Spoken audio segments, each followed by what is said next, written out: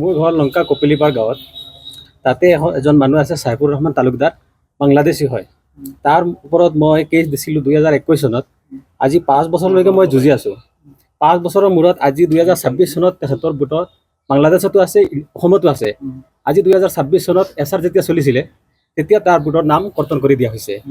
কিন্তু এই সময়ৰ পৰা 2021 পৰা মোৰ ওপৰত বহুত ভয় পাবকি আহি আছে। তথাপিও মই বয়স হোৱা নাই, মই কেছটো লৈ যুঁজি আছোঁ আৰু চিলাদা মোৰ লগতে আছে। দাদাই বাৰম্বাৰ গুৱাহাটীত প্ৰেছ মিট দিছে এই বিষয়টো লৈ। কিন্তু পুলিচ প্ৰশাসনে এতিয়াও কোনো ধৰণৰ ব্যৱস্থা লোৱা নাই এই বাংলাদেশী মানুহবিলাকৰ ওপৰত। কিন্তু ভোট কৰ্তন হৈছে, ইয়াৰ পাছতো তেখেতে যে কেছটোৰ ওপৰত কিবা একশ্যন ল'ব বা ভোট কৰ্তন হৈছে তেখেতক যে ৰেছপেক্ট কৰিব লাগে বাংলাদেশত, সেই ধৰণৰ কোনো ধৰণৰ একশ্যন এতিয়ালৈকে হোৱা নাই বা এতিয়ালৈকে কোৰ্টে কোনো ধৰণৰ ব্যৱস্থা তেখেতৰ ওপৰত লোৱা নাই। গতিকে মোৰ এইটো সেই অসমৰ মুখ্যমন্ত্ৰী ডাঙৰীয়াক এইটো মোৰ অনুৰোধ যে অতি সোনকালে এই বাংলাদেশী মানুহবিলাকৰ ওপৰত একশ্যন ল'ব লাগে। লংকা কপিলিপাৰ গাঁও, হোজাই সমষ্টি।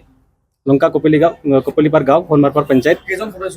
তেখেত 8জন আছে এতিয়া ফেমিলি। 8জনৰ ভোটত নাম কৰ্তন হৈছে। মানে 8জনো বাংলাদেশী। 8জনো বাংলাদেশী। আপুনি অভিযোগ দাখিল কৰিছে? হয়। মোৰ নাম দিলৱাৰ হুছেইন।